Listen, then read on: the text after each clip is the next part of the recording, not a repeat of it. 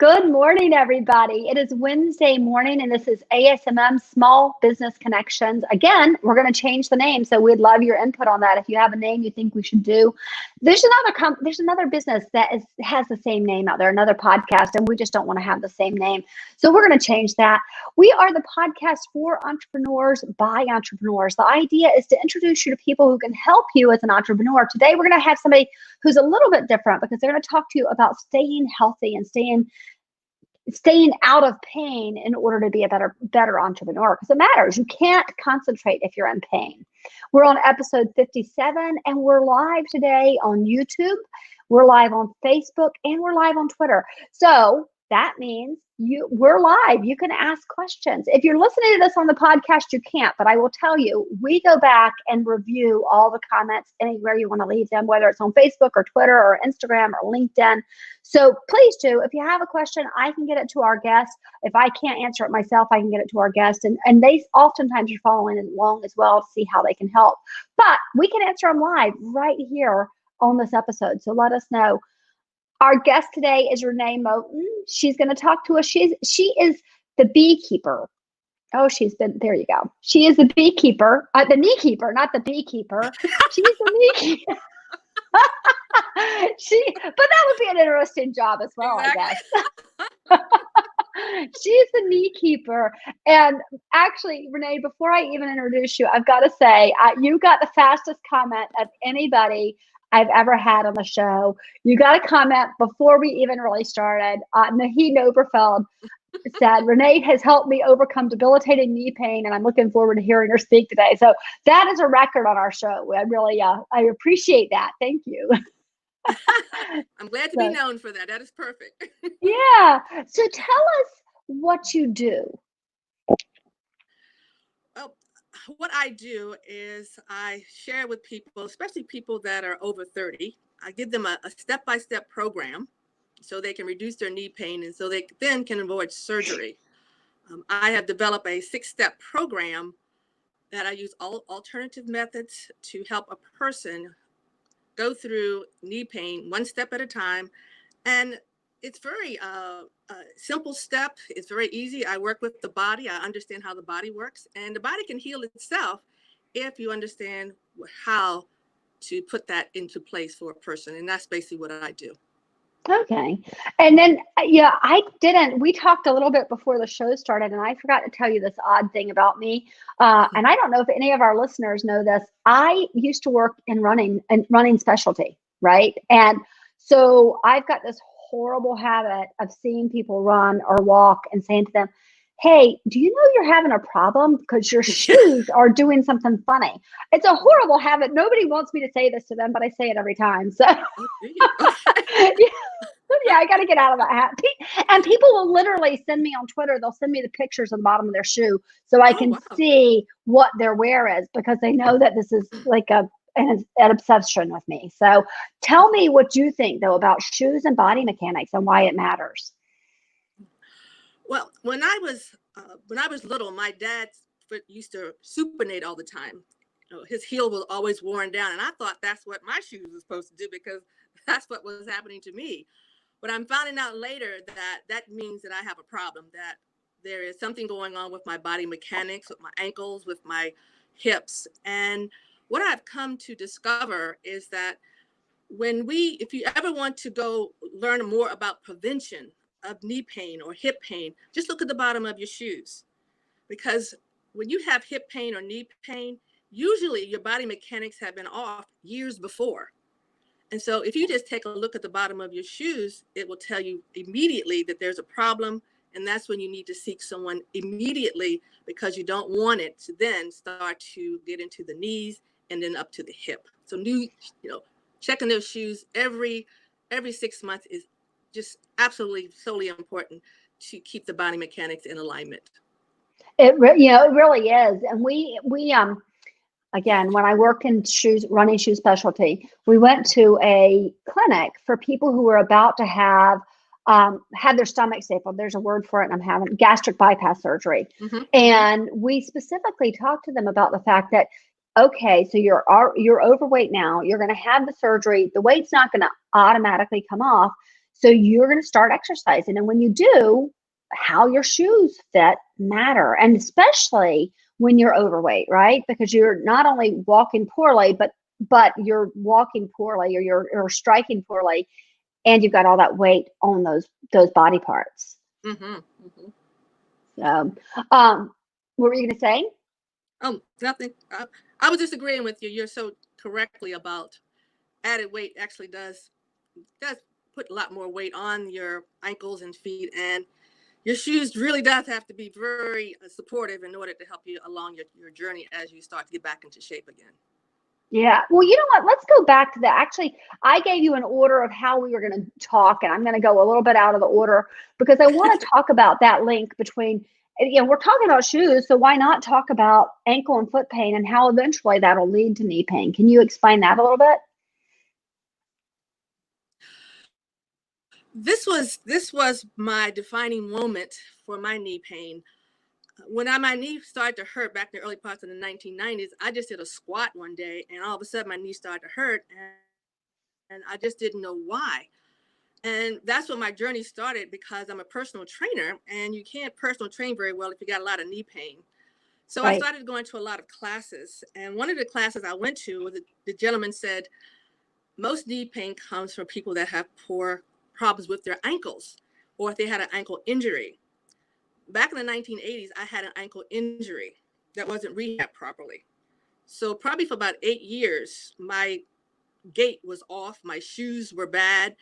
And that's when one of these days I just did that squat, and there it was, I had that knee pain. But it just didn't happen out of the blue. What happened was I had an ankle problem, but I didn't know it at the time. I had plantar fasciitis. I had a lot of foot pain, but I never had any ankle pain to tell me that was the problem. So you really do have to check your ankles and do what I call them ankle rotations. That will Hmm. tell you the story of what's going on. If you can't do ankle rotations and in very simple matter and a very easy matter, that will tell you that eventually you're going to have some knee pain somewhere in your future. Yeah, well, and we talked about this a little bit beforehand, but mobility is important. Being able to move as you get older is important. So my mother-in-law did this one day. I watched her, and she was doing actually the ankle things that I was talking to you about, or that you were just talking about. And she's Mm-hmm. doing it, and I'm like, "What are you up to?" She says, "Well," and I think at the time she was probably in her early 50s, and she says, "Well, when I get older, I don't want to fall and break my ankle and break my Mm-hmm. hip. So I'm going to keep my ankle strong so I'm less likely to fall later." So it is funny how these things are all linked, starting with your Yes. feet, up to your ankles, up to your knees, up to your hips, and what might happen as you get older. So it is important. Mm-hmm. So, Yeah. so knee pain, a lot of people think they're going to go in, they're going to have surgery, they're going to be done with the knee pain. But that's not always the case. Why is that? When we have knee pain, and one thing that people with knee pain, they will do, people limp. And what happens is when we have knee pain, the pain in the knee is you can get the surgery, but you've been limping years before. So if you were limping, your ankles are now tight, the bottom of your feet are tight, your calves are tight, and your shins are tight. So the challenge with getting your surgery did not fix the problem. Okay. It only got rid of the pain um, temporarily. But when you start to walk again, which was causing the pain, then your knee will start to hurt again. But the main thing about any surgery, Anne, is that inside of the knee, there's toxicity from the surgery. And there's also a lot of inflammation that can go on after the surgery. And if you don't understand how to get out this toxicity out of the back of the knee or inside of that knee, you will always continue to have pain. See, the challenge with any type of surgery is they have to go and find out what caused the problem in the first place. And usually it goes down into your ankles and into your knees. And then also you have to understand about the toxicity that has occurred within the knee. So that's what I basically do is I work on the toxicity to get out of the knee. And then I work on what's causing the knee, which is getting those ankles more mobility and getting everything loosened up underneath the knee. And usually that will get people out of pain that have had surgery and they still have pain. And that usually will solve the problem right then and there. It's quite fascinating. That's great. Yeah, and I didn't know that. I didn't know the thing about the toxicity. That's really important. So we're not destined to have knee pain, but most of us will, right? I mean, unless we do something about it. Hmm.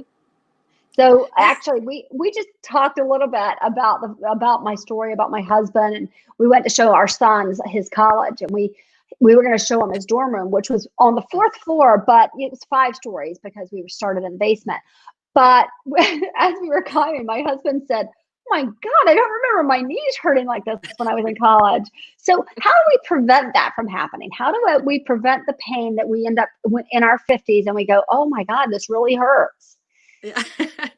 Well, as I mentioned earlier, your knee pain was happening way before. Your misalignment was happening way before you even got to those stairs. Always check on your shoes. Take a tennis ball and put it on the bottom of your foot. If you feel soreness and tenderness on the bottom of your foot, eventually you'll have knee pain. If you take your foot and go around in a circle, your ankles, and do what I call ankle circles. If it doesn't go smoothly both ways and on both feet, eventually you will have knee pain. But the main cause of when we're going up the steps is a muscle called the rectus femoris muscle, and it attaches directly to the kneecap.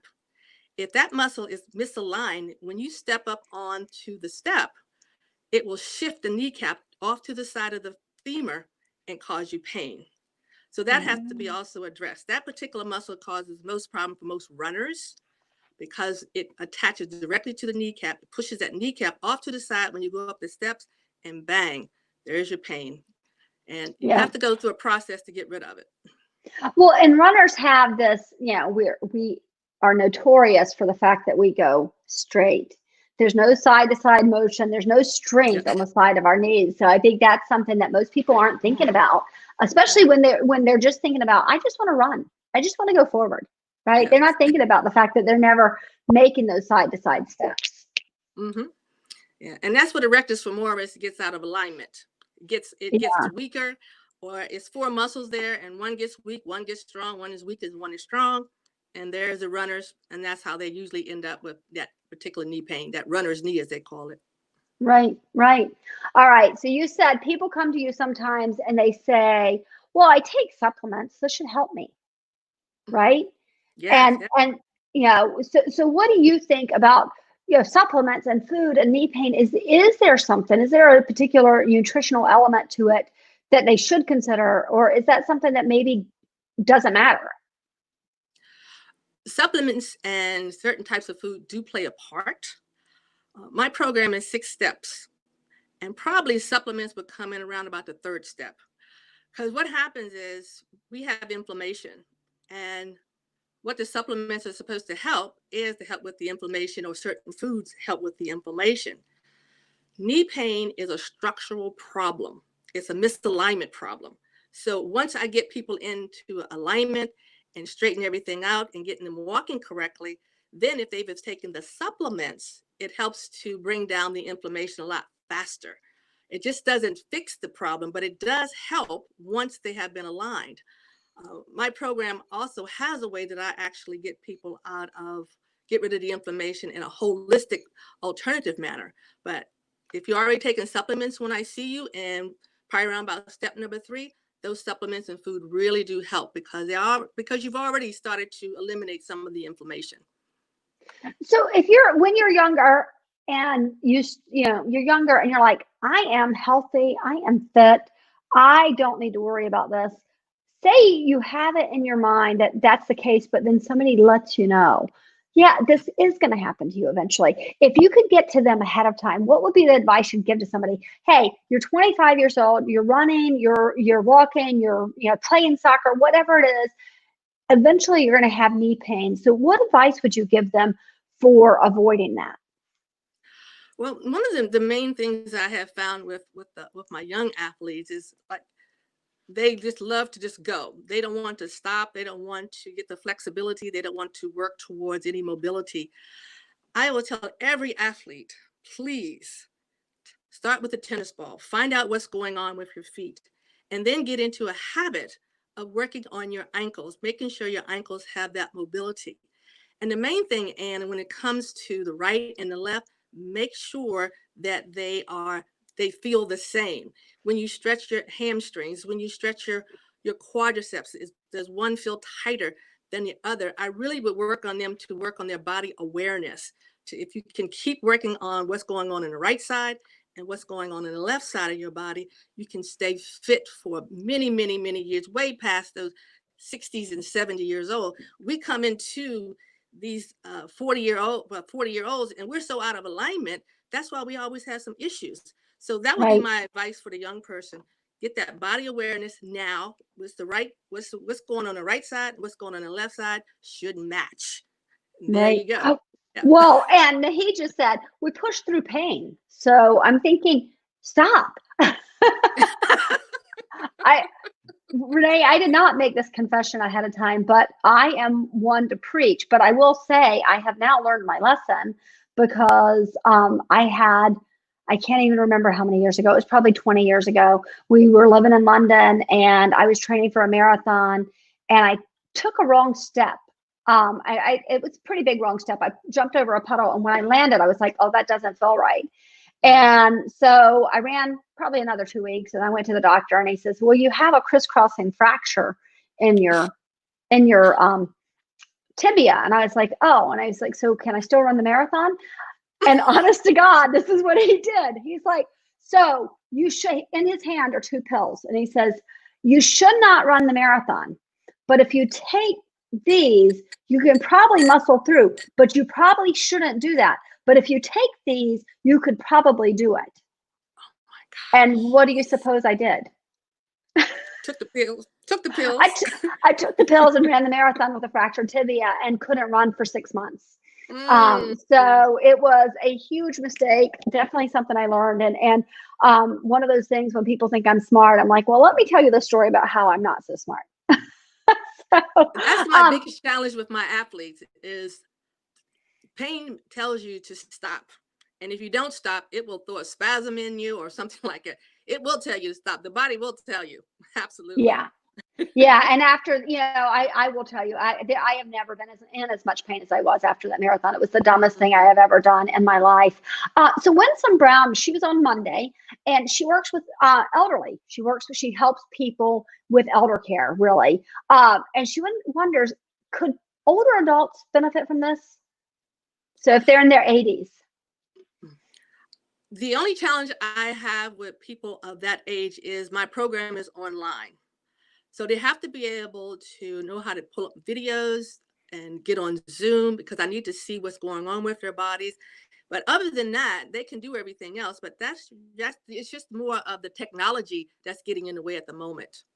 Well, and you know what? You and Winsome could team up. So Winsome, I'll send you guys an introduction because you could team up. One of the things she does, she takes them to their doctor's appointments and things like that. So she may be able to be there to set up Zoom and get it ready so that you can have your conversation and she can make sure they're following along.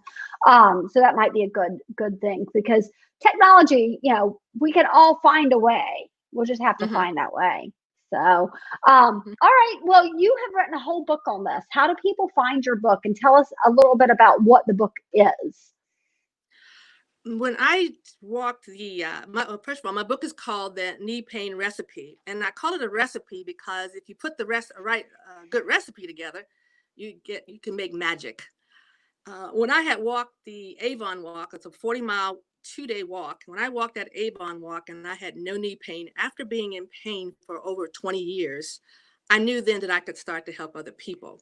And so I put my recipe in that book, and it just basically shares with you, first of all, why you have your knee pain, because that's where we're missing it, why you're having your knee pain, and how in the process of going to get out of knee pain.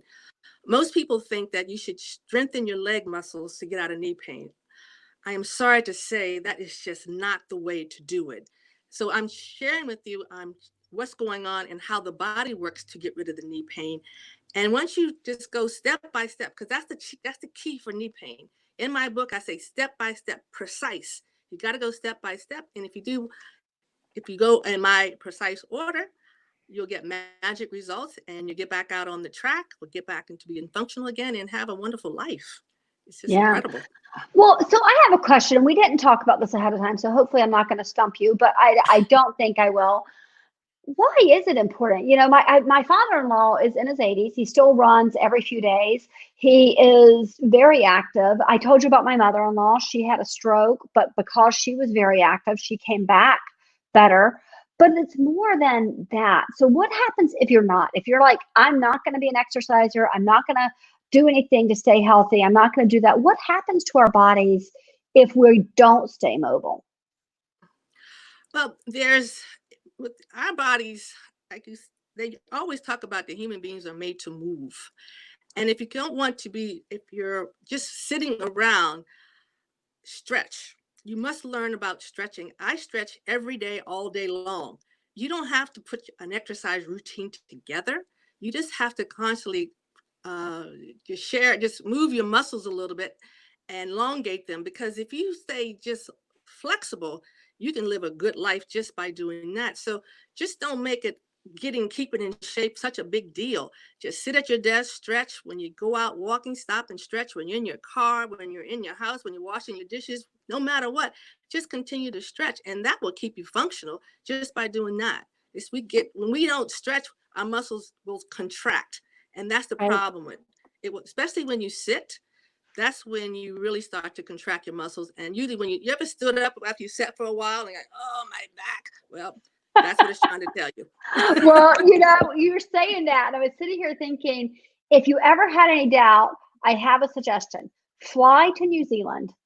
We had a 30-hour flight to New Zealand. It was the longest flight I've ever had. And just sitting in one place for long enough, I was Yeah. like, oh my God, I never want to do that again. And Yeah. because your body, yeah, you're right, it contracts. And imagine that even if you don't think about it as being cumulative, but if I sit every day and I'm not moving, if I'm not stretching, and I mean, you're right. I mean, stretching, like if you think about it, that's a stretch, right? You're stretching your arms back so that Yeah. you just open up your chest. That's a stretch. It's a That's small it. stretch, but it's a stretch.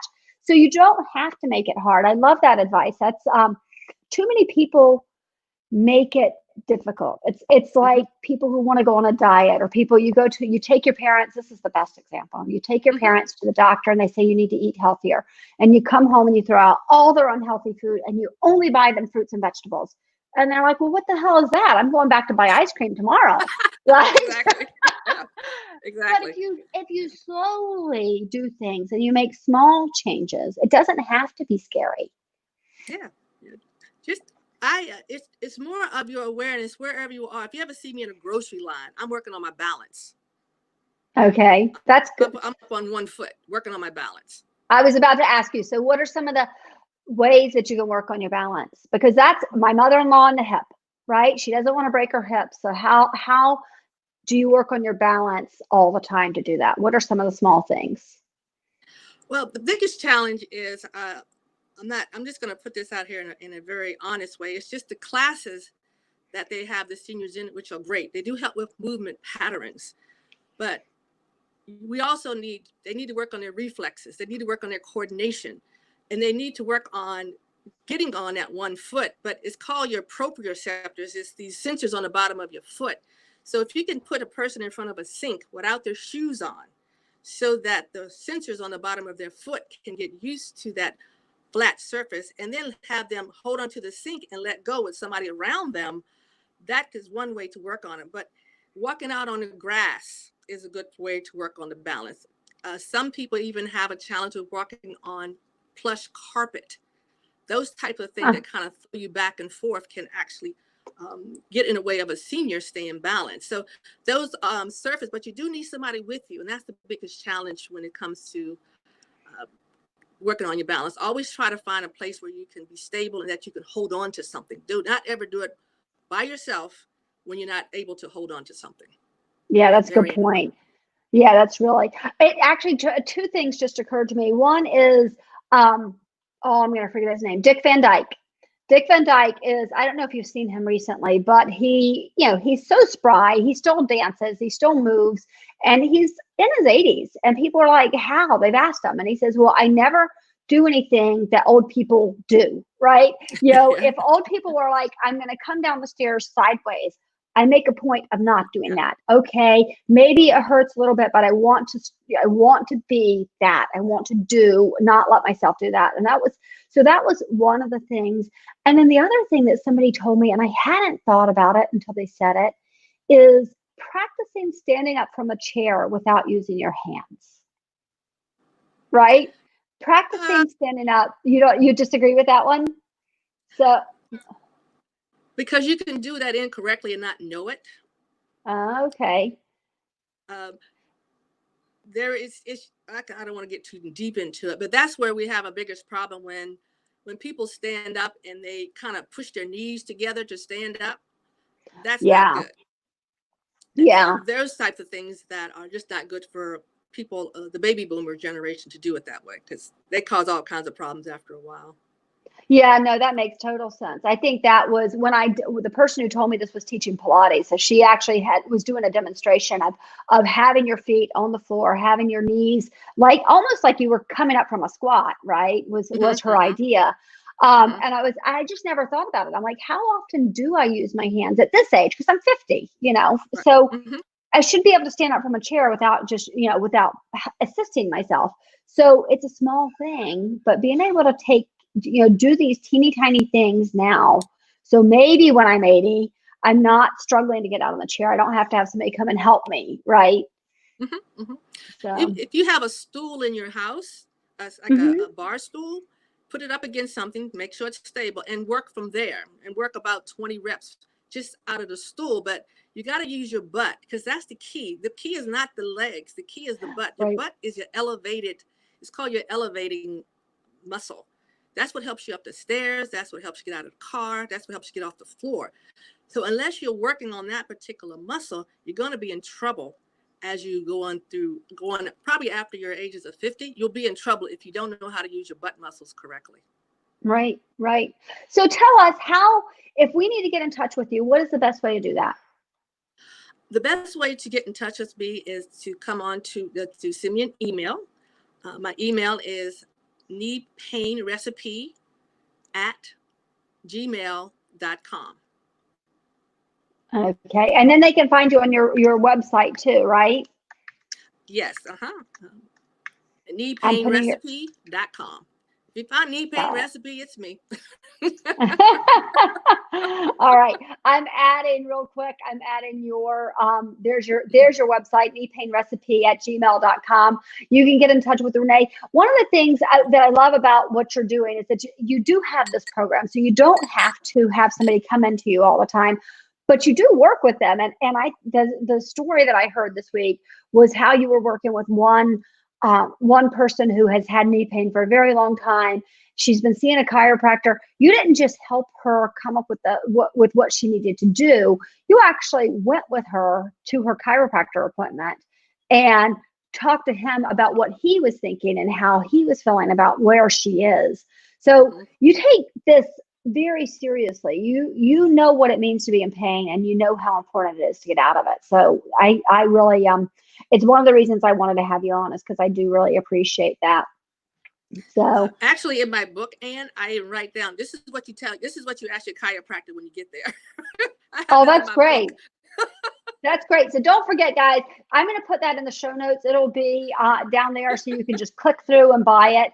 I also want to remind everybody, we have Josh Funk. And by the way, it's Dr. Josh Funk. So I am going to have a really hard time not just calling him Dr. Funk and thinking about funk music all day long. But he's coming on. We're really excited. I moved out to a new area, and he is local to us. But interestingly, I met him here, but I had been advertising for him in Annapolis because he's got an office open in Annapolis soon. And he's going to come on and talk more about staying healthy and not letting yourself get run down. So I think this is something that as entrepreneurs, we stay busy. It's real. I'm going to mention Chimney Tech again. I had Vince from Chimney Tech. He and I talk on a regular basis, and almost always when he's out for a walk, because we know, he and I both know, that our health is important to the health of our company. So I love having Renee here. We had Winsome on Monday. We have Dr. Funk on this coming Monday. So this has been really, it's going to be a really good time to really focus on how is your health and how are you taking care of yourself. Renee, I am so glad you came. I hope, actually, I'm going to put you on the line. I'm going to put this down here below.